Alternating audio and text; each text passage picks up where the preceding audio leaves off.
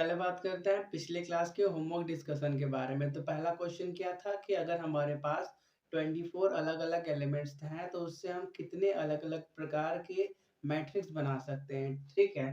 तो हमारे पास एलिमेंट्स कितने हैं 24 और मैट्रिक्स कैसे बनता है m क्रॉस n से, ठीक है? तो देखो, आप क्या करो ऐसा m क्रॉस n बनाओ जो किसके इक्वल हो 24 के इक्वल हो, वो क्या होगा एक मैट्रिक्स बनेगा। तो पहला क्या बन सकता है 1 into 24 मतलब क्या रो क्या हो या यम क्या होता है रो यन क्या होता है कॉलम, ठीक है। जब रो सिर्फ एक हो और कॉलम 24 हो जाए तो वो भी एक प्रकार का क्या मैट्रिक्स बन सकता है। या तो 24 इंटू वन हो जाए मतलब क्या रो 24 हो जाए लेकिन कॉलम एक ही हो, ऐसे प्रकार का भी मैट्रिक्स बन सकता है।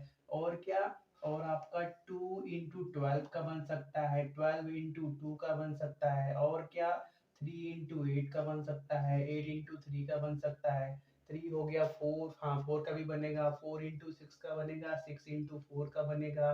5 का नहीं बनेगा, 6 का हाँ 6 इंटू 4 का तो बन ही गया। उसके बाद 7 नहीं 8 इंटू 3 का तो बन ही गया, ठीक है। उसके बाद 12 इंटू 2 का तो बन ही गया, 24 इंटू 1 का तो बन ही गया। तो मतलब हमारे पास टोटल 1 2 3 4 5 6 7 8 प्रकार अलग अलग प्रकार के मैट्रिक्स बन सकते हैं। कब? जब हमारे पास 24 एलिमेंट्स हो, ठीक है। हमारा नेक्स्ट क्वेश्चन क्या था?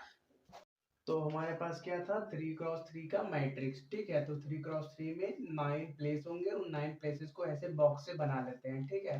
5 6 7 8 9 ये एक 3 क्रॉस 3 का मैट्रिक्स है जिसमें 0 और 1 को यूज करके फिल करना है, ठीक है। तो देखो हमने 11th क्लास में जो पहला चैप्टर क्या था सेट चैप्टर था, उसके अंदर आपने एक टॉपिक क्या पढ़ा था, उसके अंदर एक टॉपिक पढ़ा था पावर सेट के नाम से। पावर सेट मतलब हर छोटे छोटे सबसेट का जब एक सेट बना दिया जाता है उसको क्या बोलते हैं पावर सेट। जैसे हमारे पास 0 1 एक सेट के फॉर्म में दिया है, तो इसका अगर हमको पावर सेट निकालना है तो हम कैसे निकालते थे, पहले इसके छोटे छोटे सबसेट बनाते थे। तो इसका छोटा सबसेट क्या होगा 0 होगा, फिर क्या होगा 1 भी होगा, और 1 2 भी क्या होगा एक सब इसका सबसेट होगा। हर सेट खुद का सबसेट होता है, हमने 11th में देखा था। और एक होगा फाइव, फाइव मतलब खाली डब्बा जिसमें कुछ नहीं होगा।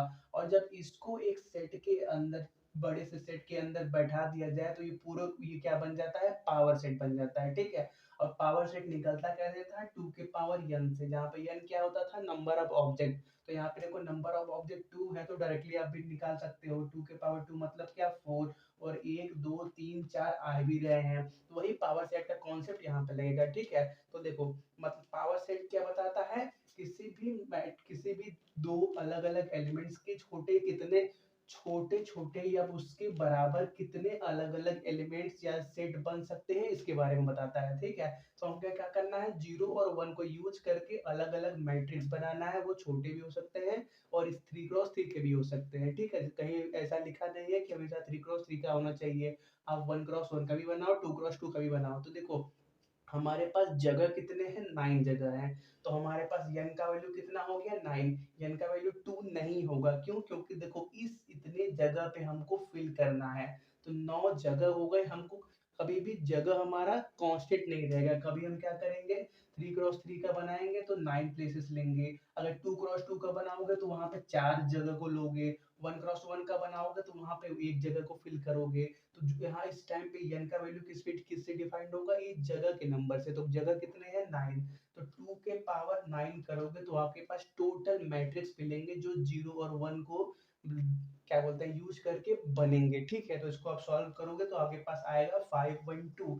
ये हो गया हमारा सेकंड क्वेश्चन का आंसर, ठीक है। नोट कर लो, बात करते हैं इस क्लास के बारे में। जैसे नेक्स्ट बात करते हैं सब मैट्रिक्स ऑफ अ मैट्रिक्स के बारे में। तो देखो इसमें क्या होगा, कोई भी एक बड़ा सा मैट्रिक्स होगा, हम क्या करेंगे उसमें कुछ चेंजेस करेंगे, जिससे क्या होगा उसका एक छोटा या उसी की तरह दिखने वाला एक दूसरा मैट्रिक्स मिलेगा। तो हम बोलेंगे कि वो दूसरा मैट्रिक्स पहले का क्या है सब मैट्रिक्स है, ठीक है। एक एग्जांपल से बात करते हैं, जैसे हमारे पास एक मैट्रिक्स ए दिया है 1 2 3 4 5 6 7 8 9, ये क्या है एक 3 क्रॉस 3 का मैट्रिक्स है। अगर हम क्या करें इसको या तो इसको इसके या तो किसी एक या एक से ज्यादा रो को गायब कर दें, या कॉलम को गायब कर दें, या रो या कॉलम दोनों को गायब कर दें, या कुछ भी गायब ना करें, उसके बाद जितने भी एलिमेंट बचते हैं उनको एक दूसरे मैट्रिक्स के अंदर लिखे तो वो दूसरा मैट्रिक्स क्या बन जाएगा, इसका सब मैट्रिक्स। ठीक है, जैसे सपोज कर लो हमने ये पहला रो गायब किया, इसके बाद क्या बच रहा है, ये बच रहा है, इनको एक दूसरे मैट्रिक्स के अंदर लिखो। ठीक है, तो क्या क्या लिखोगे, 4 5 6 7 8 9। तो ये क्या बन गया, ये इस मैट्रिक्स का बी ए का सब मैट्रिक्स बन गया। ठीक है, जैसे हम क्या करें, इसको छोड़ो, इसको रहने दो, हम क्या करें, इसको इसको गायब कर दे, इसको गायब कर दे। ठीक है, इस कॉलम को और इस रो को गायब कर दे, तो क्या मिलेगा हमारे पास, बचेगा 1 3 7 9 बचेगा। तो ये कोई सी मैट्रिक्स है जो ए का क्या है, सब मैट्रिक्स, मतलब छोटा सा पार्ट है। ठीक है, जैसे तीसरा केस क्या बना सकते हो, जब आप क्या करो, कुछ भी गायब ना करो, तो तब क्या बनेगा, कोई दूसरा मैट्रिक्स बनेगा।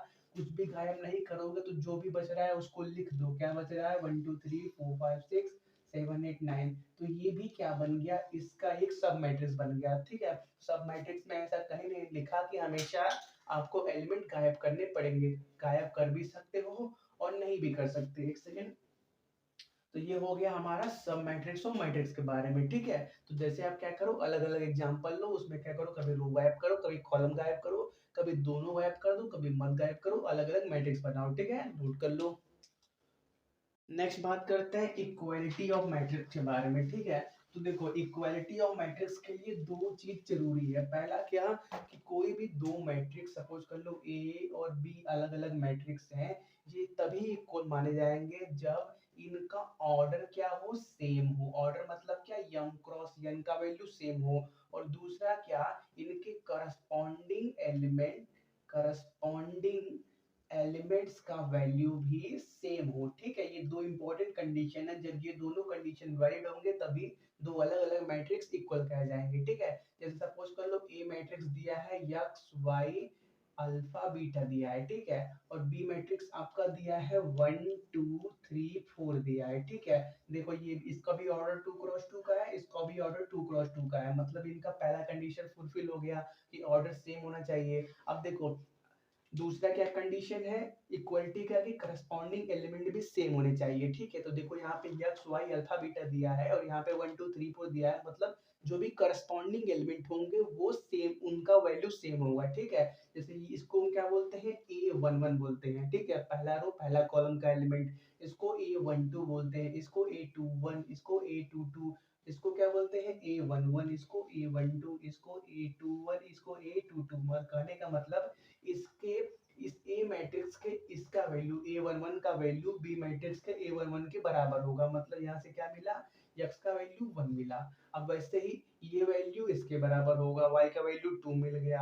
अब वैसे ही अल्फा की बात करें तो अल्फा का वैल्यू किसके बराबर होगा, अल्फा कहाँ पर है, A21 पे, तो b के A21 के बराबर होगा। तो अल्फा का वैल्यू कितना मिल गया, 3 मिल गया। और बीटा की वैल्यू की बात करें तो वो किसके बराबर हो गया, 4 के बराबर हो गया। ठीक है, बस दो इंपॉर्टेंट कंडीशन बस ये याद रखना कि ऑर्डर सेम होना चाहिए। ठीक है, बस ये पॉइंट ज्यादा इंपॉर्टेंट है, इसको याद रखना। जब तक ऑर्डर सेम नहीं होगा तब तक दो अलग अलग मैट्रिक्स इक्वल नहीं कहे जा सकते। ठीक है, जब दो अलग अलग मैट्रिक्स इक्वल होते हैं तो उसको हम A इक्वल टू बी लिखते हैं। ठीक है, और जब दो अलग अलग मैट्रिक्स एक दूसरे के इक्वल नहीं होते हैं तो उसको हम A not equal to A B लिखते हैं। ठीक है, कि ए मैट्रिक्स बी मैट्रिक्स के बराबर नहीं है। जैसे सिंपल एग्जांपल एक ये है और बी में क्या कर दो, 5 6 जोड़ दो, तो ये क्या हो गया, 2 क्रॉस 3 का एक मैट्रिक्स बन गया। अब देखो यहाँ पे ऑर्डर सेम नहीं है तो ये क्या हो गया, इस कंडीशन में आ गया, ए नॉट इक्वल टू बी के केस में। ठीक है, नोट कर लो।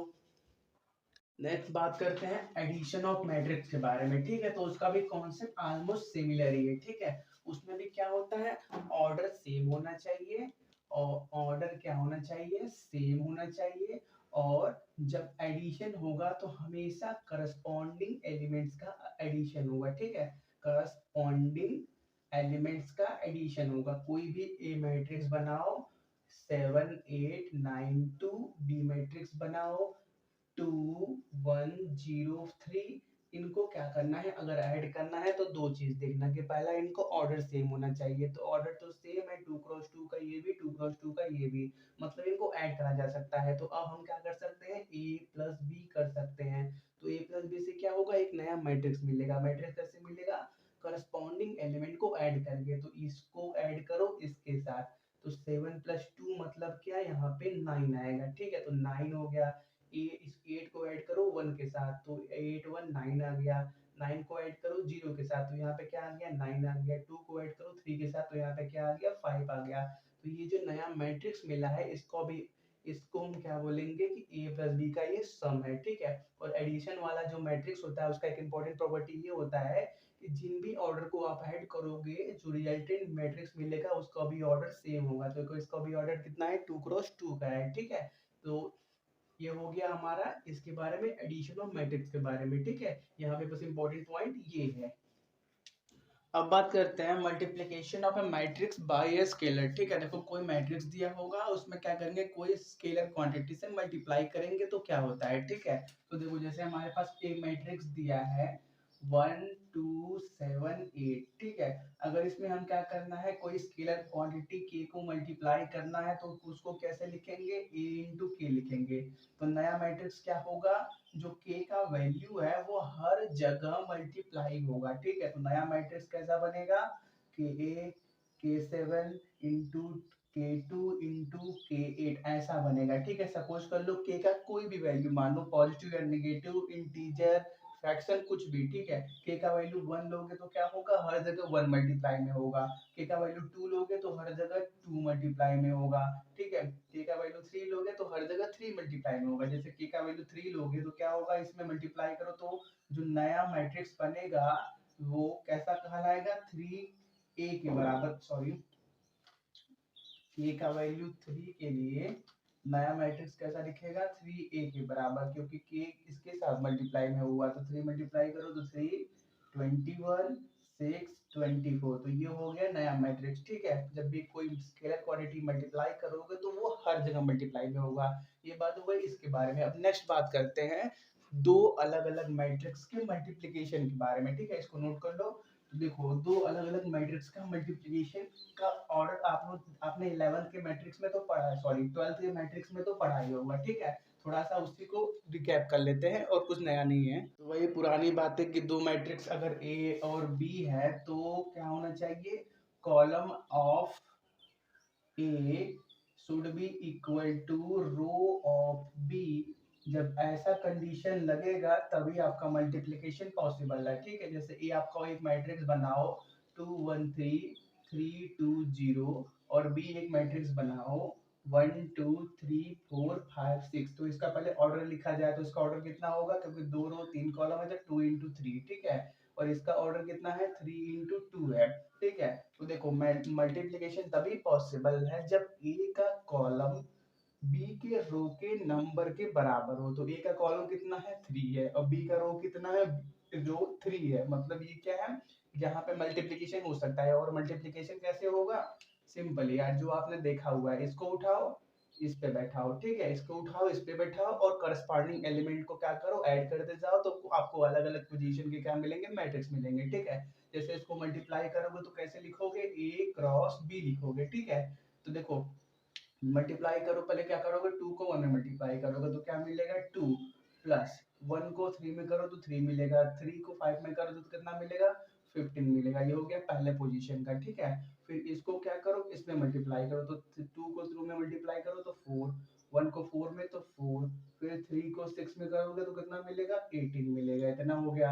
अब फिर क्या करो, नीचे वालों को भी सेम लगाओ, इसको इसमें इसको इसमें। ठीक है, तो 3 को 1 में मल्टीप्लाई करोगे तो 3, और क्या 2 को 3 में मल्टीप्लाई करोगे तो 6, जीरो है तो वो तो छूट ही जाएगा। उसके बाद क्या, इसको इसमें मल्टीप्लाई करो तो 3 2 जा 6 आएगा, प्लस 2 4 जा 8 आएगा, और जीरो है तो उसको छोड़ ही दो। ठीक है, तो इसको सॉल्व करो, कितना मिलेगा हमारे पास, 15 3 18 तो 20। तो हमारे पास ए क्रॉस बी मिलेगा 20, और क्या 8 26, और क्या 9 और 14। ये हमारे पास मिल गया ए क्रॉस बी मैट्रिक्स। ठीक है, इंपॉर्टेंट पॉइंट ये है कि जो ए क्रॉस बी के अंदर ए होता है उसको हम बोलते हैं प्री फैक्टर। क्या, प्री फैक्टर बोलते हैं, और बी को बोलते हैं पोस्ट फैक्टर। ठीक है, पोस्ट फैक्टर जो बाद में मल्टीप्लाई हुआ, ठीक है। तो मल्टीप्लिकेशन का रूल तो सिंपल है यार, आपने 11th में ही पढ़ा था, ठीक है। तो देखो यहाँ पे ए बी बना, तो बी ए बी बन सकता है, तो बी ए के लिए क्या चाहिए, अब हमको बी क्रॉस ए चाहिए, ठीक है। तो यहाँ पे ये आगे आ गया, ये पीछे आ गया, तो यहाँ पे क्या कंडीशन लगेगा, इसका कॉलम कॉलम इसके रो के बराबर होना चाहिए, ठीक है। तो बी का कॉलम कितना है, बी का कॉलम 2 है, ठीक है। तो बी का कॉलम हमारे पास 2 मिल गया। अगर रो की बात करें किसका, इसके रो के, तो इसके पास कितने रो हैं, 2 रो हैं। तो यहाँ पे भी आप बी क्रॉस ए भी निकाल सकते हो, ठीक है। बी क्रॉस ए निकालोगे तो कोई ऐसा फिक्स नहीं है कि आपको यही वैल्यू मिली, ठीक है। सेम भी मिल सकता है, डिफरेंट भी मिल सकता है, वो डिपेंड करता है कि आपने लिया क्या है, ठीक है। आप क्या करना, बी क्रॉस ए को सॉल्व करके देख लेना। जैसे नेक्स्ट क्या करते हैं, दो अलग अलग मैट्रिक्स बनाते हैं सी और डी। सी का ऑर्डर कितना है, 4x5 का है, ठीक है। और डी का ऑर्डर आपका 2x3 का है। तो क्या सी क्रॉस डी या डी क्रॉस ए करे जा सकते हैं। तो इसके लिए क्या चाहिए, पहले सी क्रॉस डी की बात करते हैं। तो इसमें क्या होगा, सी का कॉलम बी के रो के डी के रो के बराबर होना चाहिए, ठीक है। तो सी का कॉलम कितना है, 5 है, डी का रो कितना है, 2 है, मतलब ये मल्टीप्लिकेशन पॉसिबल नहीं है। अब डी इंटू ए की बात करो, तो इसमें क्या कंडीशन है कि इसका कॉलम इसके रो के बराबर होना चाहिए। तो डी का कॉलम कितना है, 3 है, ए का रो कितना है, 4 है, मतलब ये भी मल्टीप्लिकेशन पॉसिबल नहीं है, ठीक है। तो कभी भी दो मैट्रिक्स दिए हैं तो उनका मल्टीप्लिकेशन निकलेगा, ऐसा कहीं नहीं लिखा, ठीक है। और अगर दो मैट्रिक्स का ए और बी डिफाइंड है और बी इंटू ए भी डिफाइंड है, जैसे पिछले एग्जाम्पल में हमने देखा था, तो ऐसा नहीं लिखा है, तो ऐसा कोई जरूरी नहीं है कि इनका जो वैल्यू होता है वो सेम आए, ठीक है। तो देखो कभी भी ऐसा फिक्स नहीं है, आपको हमेशा सॉल्व करके चेक करना पड़ेगा, ठीक है। जैसे क्या करते हैं, एक मैट्रिक्स बनाते हैं ए, जिसके एलिमेंट हमको गिवन है 1 0 0 और 2, ठीक है। और एक मैट्रिक्स बी बनाओ जिसके एलिमेंट हमको क्या गिवन है, 3 0 0 और 4 गिवन है, ठीक है। अगर इनको मल्टीप्लाई करो तो क्या होगा, ठीक है। तो देखो यार, दोनों का ऑर्डर कितना है, 2x2 का, मतलब दोनों का रो कॉलम हर चीज आप ए बी के लिए ही देखोगे या बी ए के लिए देखोगे सेम आएगा, ठीक है। तो मतलब ए बी और बी ए दोनों डिफाइंड है, ठीक है। तो पहले ए बी निकालते हैं, ठीक है। तो इसको क्या कर लो, यहाँ पे लिख लो, ठीक है। ए बी करोगे तो 3 0 0 4, इसको मल्टीप्लाई करना पड़ेगा इन दोनों को। तो पहले क्या करो, इसको उठाओ, इसमें मल्टीप्लाई करो, ठीक है। तो देखो क्या बनेगा, 1 इंटू 3 3, फिर 0 इंटू 0 मतलब 0 छोड़ दो, 1 इंटू 0 0, 0 इंटू 4 0, फिर क्या जी, इसको उठाओ, इसमें मल्टीप्लाई करो, तो 0 इंटू 3 0, 2 इंटू 0 0, फिर इसको उठाओ, इसमें मल्टीप्लाई करो, तो 0 इंटू 0 0, 2 इंटू 4 8, तो जी 3008 आया, ठीक है। अब फिर बात करते हैं बी ए की, तो बी ए कैसे निकलेगा, बी के अंदर ए को मल्टीप्लाई करके, तो ए को लिख लो 1002, ठीक है। तो देखो यहाँ पे क्या होगा, अब इसको उठाओगे, इसमें मल्टीप्लाई करोगे, ठीक है। तो 3 इंटू 1 3, 0 इंटू 0 0 छोड़ दो, फिर इसको उठाओ, इसमें मल्टीप्लाई करो, तो 3 इंटू 0 0, 0 इंटू 2 0, और फिर क्या, इसको उठाओ, इसमें मल्टीप्लाई करो, तो 0 इंटू 1 0, 4 इंटू 0 0, फिर इसको उठाओ, इसमें करो, तो 0 इंटू 0 4 2 जा 8, तो ये कितना आया 3008। तो देखो ये स्पेशल कंडीशन है जहाँ पे आपका ए बी का वैल्यू और बी ए का वैल्यू सेम आया है, ठीक है। तो आपको हमेशा सॉल्व करके देखना पड़ेगा, इसको नोट कर लो।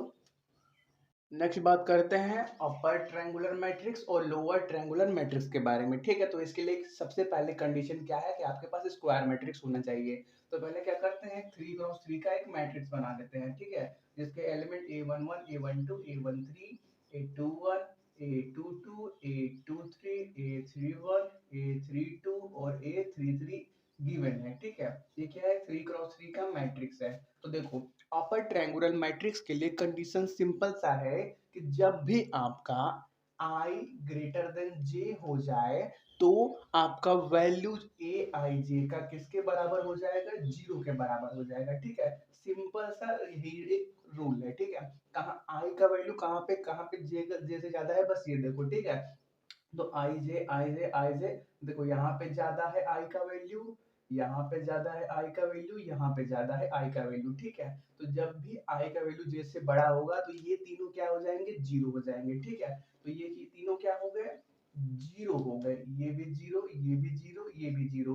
और उसके बाद देखो जो एक बच रहा है वो उसको अगर आप ज्वाइन करोगे इमेजिनरी लाइन से तो एक ट्रायंगल बनता हुआ दिख रहा है और ऊपर की तरफ बनता हुआ दिख रहा है, जिसकी वजह से इसका नाम क्या पड़ा, अपर ट्रायंगुलर मैट्रिक्स नाम पड़ा। ठीक है, तो ये हो गया हमारे पास इसके बारे में। जैसे अब दूसरे बात करें हम लोअर ट्रायंगुलर मैट्रिक्स के बारे में, तो एक सेकेंड थोड़ा सा लिख लिया जाए। ठीक है, यहाँ पे A11, A31, A32। ठीक है, उसका कॉन्सेप्ट जस्ट इसके अपोजिट में है। ठीक है, जब भी आपका आई का वैल्यू लेस देन हो जाएगा जे से तो आपका ए आई जे इक्वल टू जीरो हो जाएगा। ठीक है, तो देखो ए आई जे मतलब क्या, एलिमेंट का वैल्यू, कोई भी एलिमेंट हो। ठीक है, कुछ भी दिया रहा है, अगर ऐसा कंडीशन आ रहा है तो वो जीरो होगा, मतलब वो लोअर ट्रायंगुलर मैट्रिक्स के अंदर आएगा। ठीक है, तो देखो आई का वैल्यू कहाँ कहाँ पे जे से कम है। ठीक है, तो आई का वैल्यू जे से कहाँ पे कम है, यहाँ पे कम है, यहाँ पे कम है और यहाँ पे कम है। ठीक है, तो इस कंडीशन में क्या होगा, ये तीनों क्या हो जाएंगे, जीरो हो जाएंगे। ठीक है, तो यहाँ पे जीरो, यहाँ पे जीरो, यहाँ पे जीरो। अब इसके बाद क्या क्या बच रहा है, ये बच रहा है। तो इसको आप ज्वाइन करोगे तो देखो एक ट्रायंगल की तरह बनता हुआ दिख रहा है और नीचे की तरफ बनता दिख रहा है। तो इसके इसीलिए इसका नाम क्या पड़ा, लोअर ट्रायंगुलर मैट्रिक्स नाम पड़ा। ठीक है, तो आज की क्लास में इतना ही रखते हैं, मिलते हैं नेक्स्ट क्लास में। Thanks for watching.